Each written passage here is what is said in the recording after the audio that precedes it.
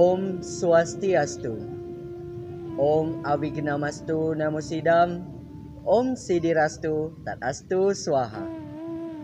Puja dan puji syukur hamba panjatkan atas kehadiratmu, O Sang Yang Widiwasa. Atas asung kerta warahanugrahamu, hamba dapat mendapatkan kesempatan untuk berbagi mutiara suci Dharma yang bersumber dari ajaran suci Weda. Yang saya hormati Ketua Parisada Hindu Dharma Indonesia Pusat, yang saya hormati Ketua Lembaga Dharma Duta Pusat, yang saya hormati penyelenggara acara Lomba Dharma Wacana Digital 2022, dan yang saya hormati Bapak, Ibu, dan saudara-saudari yang berada di seluruh Nusantara yang indah ini. Dengan kita memuja bakti kepada Yang Widi, maka kita akan terbebaskan dari samsara ini.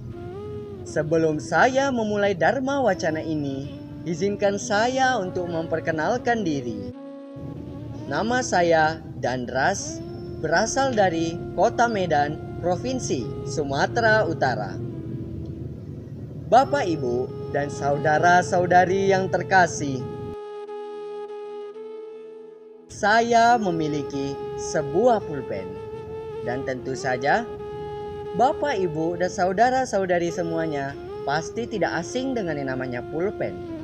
Bahkan, Bapak, Ibu, semua pasti memiliki pulpen. Pulpen ini adalah alat menulis.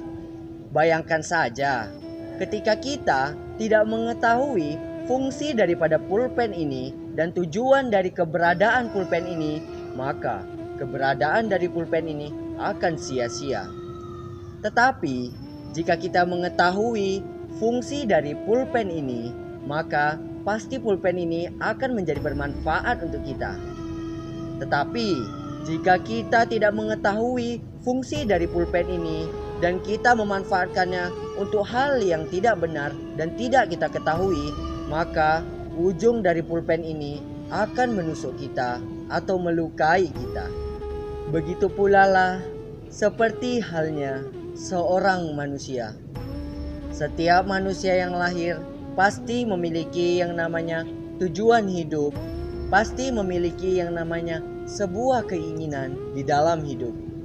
Ketika seorang manusia tidak mengetahui tujuan dari kehidupannya, maka pasti kehidupannya akan menjadi sia-sia. Tetapi sebaliknya, jika manusia mengetahui tujuan daripada hidupnya, maka pasti hidupnya akan menjadi teratur dan terarah.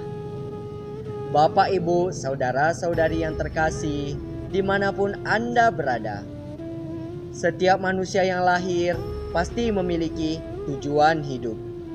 Tujuan hidup adalah sebuah pedoman yang akan mengantarkan kita menuju sebuah pencapaian yang ingin kita capai. Seperti materi saya pada hari ini, yaitu tujuan hidup di dalam agama Hindu, atau yang disebut dengan Catur Purusha Artha. Catur Purusha Artha adalah 4 tujuan hidup manusia yang harus dicapai selama masa hidupnya. Apa saja itu? Keempat tujuan manusia ini adalah Dharma, Artha, Kama, dan Moksha. Mari kita membahas satu persatu dari keempat tujuan hidup ini. Yang pertama adalah Dharma. Kenapa Dharma berada di posisi yang pertama? Dikarenakan ketiga yang lainnya jika dilaksanakan berdasarkan adharma, maka hasilnya akan menjadi sia-sia. Dharma Rakshati Rakshitaha, yang mana Dharma yang akan melindungi kita dimanapun kita berada. Dengan kita selalu berada di jalan Dharma, maka kita terus mendekatkan diri dengan Tuhan. Dan Tuhan atau Sang Yang Widi pasti akan melindungi kita dimanapun kita berada. Yang kedua adalah Artha. kenapa harta berada di posisi yang kedua?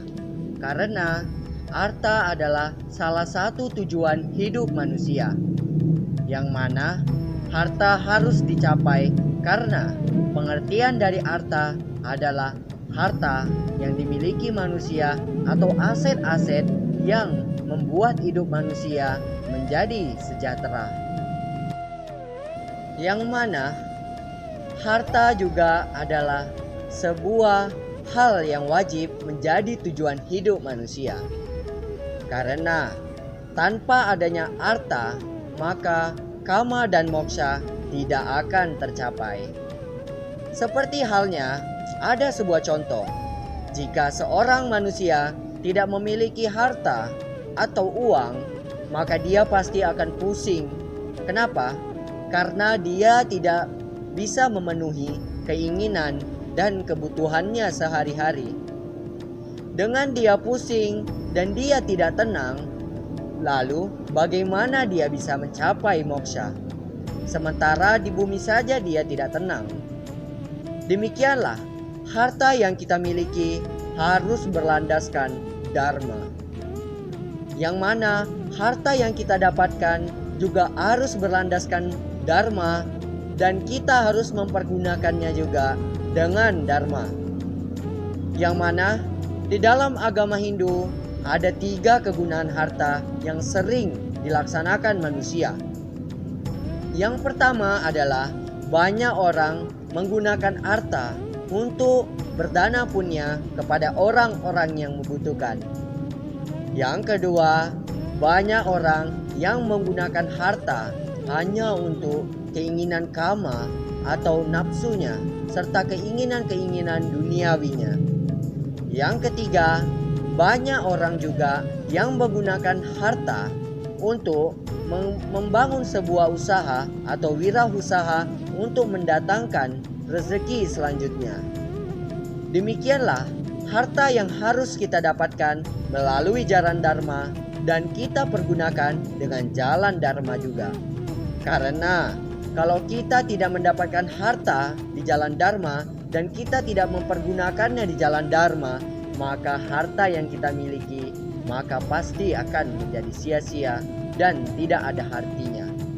Di dalam agama Hindu kita percaya dengan adanya sebuah karma, yang mana setiap hal buruk yang kita lakukan maka pasti akan datang kembali kepada kita suatu hari nanti. Maka dari itu, pergunakanlah harta dengan sebaik-baiknya. Dengan kita mempergunakan dengan sebaik-baiknya, seperti contohnya dengan berdana punya kepada orang yang membutuhkan.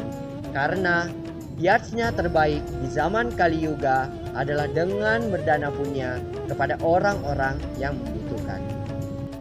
Yang ketiga adalah kama. Kama adalah keinginan atau nafsu yang dimiliki manusia selama masa hidupnya. Yang mana keinginan inilah yang menjadi pembangun semangat manusia dalam melaksanakan semua kegiatan-kegiatan dan kehidupan sehari-harinya. Jika manusia tanpa sebuah keinginan, maka pasti hidupnya akan menjadi hampa dan tiada bergunanya. Demikian pula, kama yang dimiliki oleh manusia atau keinginan yang dimiliki manusia harus berlandaskan dharma. Kenapa saya katakan dharma? Karena keinginan yang kita miliki harus berlandaskan berdasarkan hal yang baik.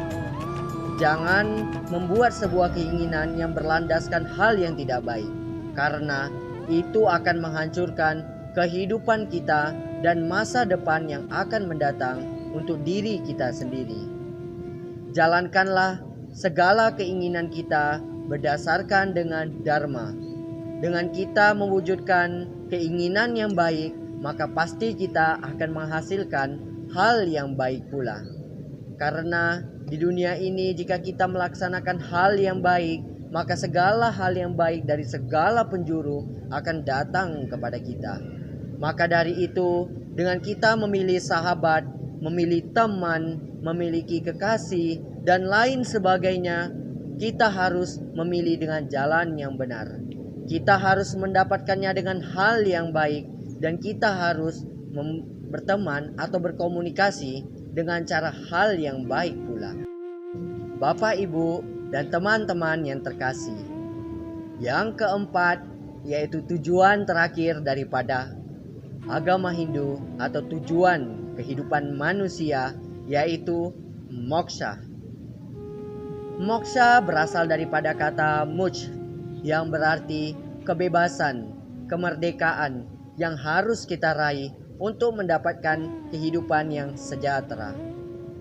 Mokshartam jagaditam yacha iti dharma. Moksha adalah kebahagiaan yang tertinggi. Moksha adalah tujuan yang tertinggi. Baiklah Bapak, Ibu, saudara-saudari sekalian, dimanapun Anda berada, demikianlah yang bisa saya maparkan pada Dharma Wacana kali ini.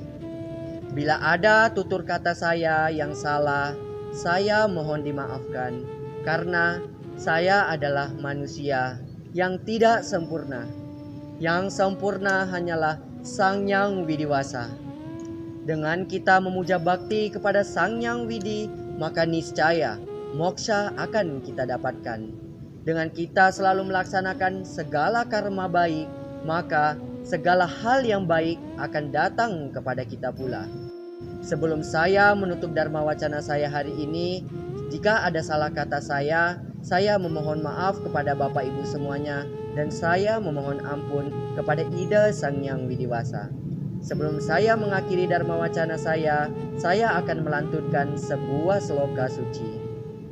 Sahano bhavatu, sahano bhunaktu, sahaveryam karvavahe, tejasvinavaditamastu mavit vishavahe.